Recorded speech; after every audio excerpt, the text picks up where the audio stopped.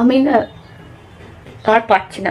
যদি ক্ষমতা থাকে আমাকে এসে ধর না, আমাকে ধরে নিয়ে যা, তোদের বাপের কত শক্তি আছে দেখছি। টিভিতে ভিডিও পাবলিশ করেছি, আমি ইন্টারভিউ নিয়েছি, আমি রিপোর্টিং করেছি। আমার হাজবেন্ডকে কি করতে নোটিশ পাঠিয়েছেন? যদি আমতাই থাকতাম এটা তো মনে হয় আমাকে মেরে ফেলতো। কুণাল ঘোষ ফেলিওর, দিলীপ ঘোষকে লাগিয়েছেন, আরো কত ঘোষ আছে নিয়ে আসুন। ঘষে ঘষে ঘষাঘষি করে চলে যাবেন, তবু রোজিনাকে কিন্তু দমাতে পারবেন না। কি আমাকে কি বাড়ির মধ্যে ঢুকিয়ে দেওয়ার চেষ্টা করছেন? হুজুর আমাকে দেহ ব্যবসায়ী বলে, সেক্ষেত্রে পুলিশকে জানালে, সাইবার ক্রাইমকে জানালে, সাইবার ক্রাইম বলে একটু আন্ডারস্ট্যান্ডিং করে নাও, একটু বুঝে নাও, একটু উনার সঙ্গে একটু সমঝোতা করে নাও, উনার সাথে একটু বসে কথা বলে নাও, মিটিয়ে নাও। কিন্তু দিলীপ ঘোষের বেলায় ইনারা তৎপর। এই নোটিশ রোজিনাকে দমাতে পারবে না। অলরেডি 6টা হয়ে গেছে, এটা নিয়ে 7টা হচ্ছে, আপনি 10টা পাঠিয়ে দিন। প্রিয় দর্শক, ইতিপূর্বে যে ছোট্ট একটি ভিডিও ক্লিপ আমি আপনাদের সামনে তুলে ধরার চেষ্টা করেছি, হ্যাঁ আপনারা ঠিকই ধরতে পেরেছেন, এটা ছিল বঙ্গ টিভির মালিক রোজিনা রহমানের একটি ছোট্ট আকুতি কণ্ঠেশ্বরের ছোট্ট প্রতিবেদন। দর্শক, এই মুহূর্তে বঙ্গের মিডিয়ায় এক চরম বিতর্কের কেন্দ্রবিন্দু হলো বঙ্গ টিভি। কারণ ইতিপূর্বে আমরা লক্ষ্য করছি যে বঙ্গ টিভির মালিক রোজিনা রহমানের টেবিলে হাজির হচ্ছে একের পর এক লিগাল নোটিশ। কখনো রাজনৈতিক ব্যক্তিদের দ্বারা, কখনো সেই নোটিশ আসছে পুলিশ প্রশাসনের তরফ থেকে। দর্শক, এই মুহূর্তে যে রোজিনা রহমানের টেবিলে হাজির হচ্ছে প্রশাসনের তরফ থেকে কিংবা রাজনৈতিক ব্যক্তিদের কাছ থেকে লিগাল নোটিশ, এটা কি সত্যি নিছক আইনি প্রক্রিয়া নাকি রাজনৈতিক ব্যক্তিদের চাপ? দর্শক, বিগত কয়েকদিন পূর্বেই রোজিনা রহমানের টেবিলে হাজির হয়েছিল একটি লিগাল নোটিশ এবং সেই নোটিশটি জারি করেছিলেন বর্তমান এই রাজ্যের প্রাক্তন রাজ্য সভাপতি দিলীপ ঘোষের তরফ থেকে। এবং দ্বিতীয় যে নোটিশটি ইতিমধ্যে আবারও রোজিনা রহমানের টেবিলে এসে হাজির হয়েছে, সেটা হয়েছে একটি পুরনো ভিডিও ক্লিপকে উদ্দেশ্য করে। সেটা হলো হাওড়া স্টেশনের একটি জায়গা থেকে। প্রিয় দর্শক, ইতিমধ্যে বঙ্গ টিভির মালিক স্পষ্টভাবে জানিয়ে দেওয়া হয়েছে যে এই যে তার জীবনের প্রথম লিগাল নোটিশ নয়, দর্শকের আগেও নাকি তাকে বারংবার তার চায়ের টেবিলে কিন্তু হাজির হয়েছে একাধিক নোটিশ এবং এই মুহূর্তে এই নোটিশটি ছিল 7ম নোটিশ। তো প্রিয় দর্শক, এবার আমি আপনাদের শোনাবো এই যে রোজিনা রহমানের বিরুদ্ধে একাধিক নোটিশ জারি হচ্ছে তার চায়ের টেবিলে, সেই প্রসঙ্গে তিনি কি মন্তব্য করছেন শোনাবো আপনাদের। আমি বলছি এই মুহূর্তে দাঁড়িয়ে কুণাল ঘোষ যখন জব্দ করতে আমাকে পারলো না, কার্যত দিলীপ ঘোষ এখন পথে নেমেছে জব্দ করার জন্য। কারণ কেন বলছি বলুন তো, দিলীপ ঘোষ আমাকে নোটিশ পাঠিয়েছে। এতদিন কুণাল ঘোষের আমি অলরেডি 6টা নোটিশ খেয়েছি, আপনারা দেখেছেন। রীতিমতো হাইকোর্টের দ্বারস্থ হয়ে সেগুলো রুখা গেছে কোন রকমে। কিন্তু দিলীপ ঘোষ এবার পথে নেমেছেন, নাকি আমাকে জব্দ করবেন এমনটাই তার ঘনিষ্ঠ তৃণমূল ঘনিষ্ঠ ইউটিউবাররা বলছেন। এবার রোজিনাকে জব্দ করবে, তিনি নাকি পথে নেমেছেন, আমাকে শেষ দেখে ছাড়বে। কিন্তু যে বিষয়টা নিয়ে উনি আমাকে নোটিশ পাঠিয়েছেন, সেই বিষয়টাই যে ঘোষ বাবুর কীর্তি, সেই বিষয়টা বা সেই ভিডিওটা অ্যালিস সেনগুপ্ত বলে একটা ফেসবুক প্রোফাইল থেকে যে লোড হয়েছিল, সেটা আমরা প্রত্যেকে আপনাদেরকে বলেছি ঘোষ বাবুর কীর্তি। আমরা কোথাও সেই বলেছিলাম ঘোষ বাবুর কীর্তি।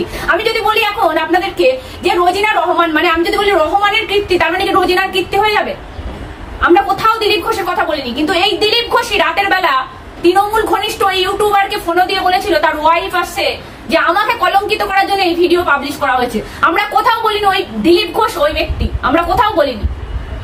তিনি নিজে এসে বলেছিলেন ওই ঘনিষ্ঠ ইউটিউবারকে এই ভিডিওটা আমার। আমি বলছি একটা জিনিস, মানে সেই ঠাকুর ঘরে কে, আমি তো কলা খাইনি, সেই ধরনের সবাই প্রচার করেছিল, সবাই সব মাধ্যম মেন স্ট্রিম মিডিয়াও চালিয়েছিল, কিন্তু আমাকেই নোটিশ পাঠালেন উনি। আমি বলছি যে ভিডিওটা নিয়ে উনি কার্যত বলেছেন, সেই ভিডিওটার মধ্যে একবারও কোথাও বলতে পারবেন যে দিলীপ ঘোষের কথা আমি বলেছি? ওই ভিডিওটা দিলীপ ঘোষের, আমরা ঘোষবাবুর কীর্তি দেখেছি। ওনার কোনো ছবি কোনো কিছু থাম্বনেলে ব্যবহার করা হয়নি। যে ফেসবুক প্রোফাইল থেকে পেয়েছি সোর্স আমাদের, সেটাও কিন্তু সেখানে ডিসক্লোজ করা হয়েছে। কারণ যেহেতু এই মুহূর্তে দাঁড়িয়ে আমি একটাই কথা বলি, আমি হাইকোর্টের সামনে মার খাই, আমাকে বিভিন্ন ভাবে হেনস্থা করে, সবাই আমাকে নিয়ে যা ইচ্ছা মন্তব্য বলে, হুজুর আমাকে দেহ ব্যবসায়ী বলে, সেক্ষেত্রে পুলিশকে জানালে, সাইবার ক্রাইমকে জানালে, সাইবার ক্রাইম বলে একটু আন্ডারস্ট্যান্ডিং করে নাও, একটু বুঝে নাও, একটু উনার সঙ্গে একটু সমঝোতা করে নাও, উনার সাথে একটু বসে কথা বলে নাও, মিটিয়ে নাও। কিন্তু দিলীপ ঘোষের বেলায় ইনারা তৎপর। বুঝতে পারছেন, এই পুলিশ আমাদের বেলা এতটা বিরোধী হয়ে যায়, দিলীপ ঘোষের এত বন্ধু, মানে দিলীপ ঘোষের ওনারা এত বন্ধুত্ব যে ওনারা তড়ি ঘড়ি বলে না, কুণাল ঘোষ বলে না, তড়ি ঘড়ি আমাকে নোটিশটা পাঠিয়ে দিয়েছে কার্যত। আমি বলছি এই নোটিশ রোজিনাকে দমাতে পারবে না। অলরেডি 6টা হয়ে গেছে, এটা নিয়ে 7টা হচ্ছে, আপনি 10টা পাঠিয়ে দিন। রোজিনার মতোই খবর পড়ে যাবে। রোজিনাকে দমাবার আপনার মতো দিলীপ ঘোষের তো অন্তত ক্ষমতা নেই। কুণাল ঘোষ ফেলিওর, দিলীপ ঘোষকে লাগিয়েছেন, আরো কত ঘোষ আছে নিয়ে আসুন। ঘষে ঘষে ঘষাঘষি করে চলে যাবেন, তবু রোজিনাকে কিন্তু দমা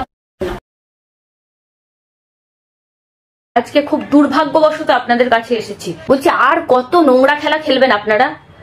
এত নোংরা খেলা মানে আমি মানে থু থু থু মানে আপনাদেরকে থুতু দিচ্ছি আমি কার্যত। আমার যা চেহারা আপনারা দেখেছেন এর থেকে ভয়ঙ্কর চেহারা দেখবেন।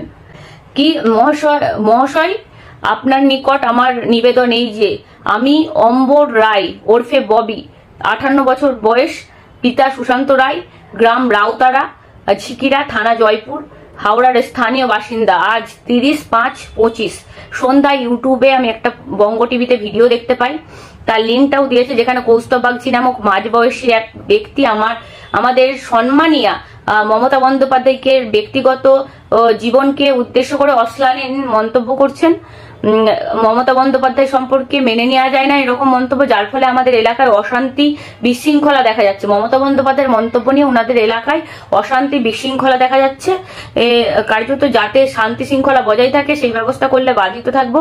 অতএব মহাশয় উক্ত ঘটনার তদন্ত করে দোষীদের বিরুদ্ধে শাস্তির ব্যবস্থা করুন, যাতে এরকম করার কেউ সাহস না পায়। আমি বলি কে পাঠিয়েছে আপনাদেরকে বললাম, গ্রামীণ পুলিশ, কার্যত সুপারিনটেন্ডেন্ট অফ পুলিশ হাওড়া গ্রামীণ। আমি বলছি তোর যদি ক্ষমতা থাকে আমাকে ধরে নিয়ে যা, তোর কত ক্ষমতা আছে। হাওড়া গ্রামীণের এই এসডির উদ্দেশ্যে আমি বলছি, তোদের যদি ক্ষমতা থাকে আমাকে এসে ধর না, আমাকে ধরে নিয়ে যা, তোদের বাপের কত শক্তি আছে দেখছি। যা, চ্যালেঞ্জ করলাম, যা খুশি করে নে, জেলে বন্দি করে রেখে দে, 6 মাস 1 বছর দিনের পর দিন রেখে দে, কিছু আর যায় আসবে না আমার, নাথিং।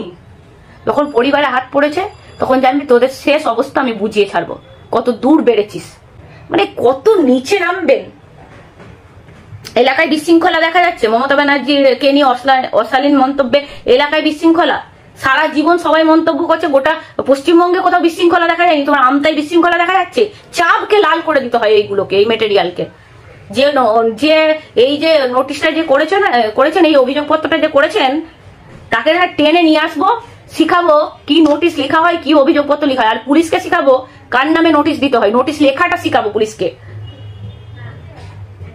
চাপকে বৃন্দাবন দেখাবো, আমি বলে দিচ্ছি, হুঁশিয়ারি দিচ্ছি। যা, কত বাপ আছে নিয়ে আয়, তোদের মাকে নিয়ে আয়, তোদের মা।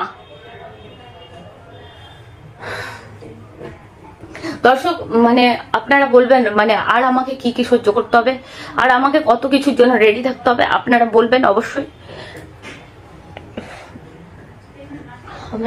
আমি না আর পারছি না, ভালো থাকবেন।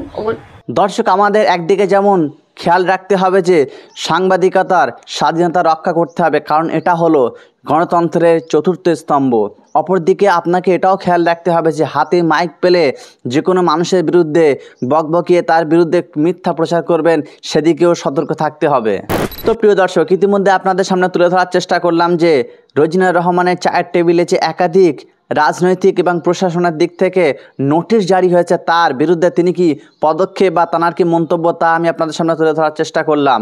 দর্শক এখন আপনারাই বলুন, এই যে বঙ্গ টিভির মালিকের বিরুদ্ধে একাধিক নোটিশ জারি, এটা কি রাজনৈতিক চাপ নাকি আইনি পদক্ষেপ গ্রহণের এক বিশেষ বার্তা?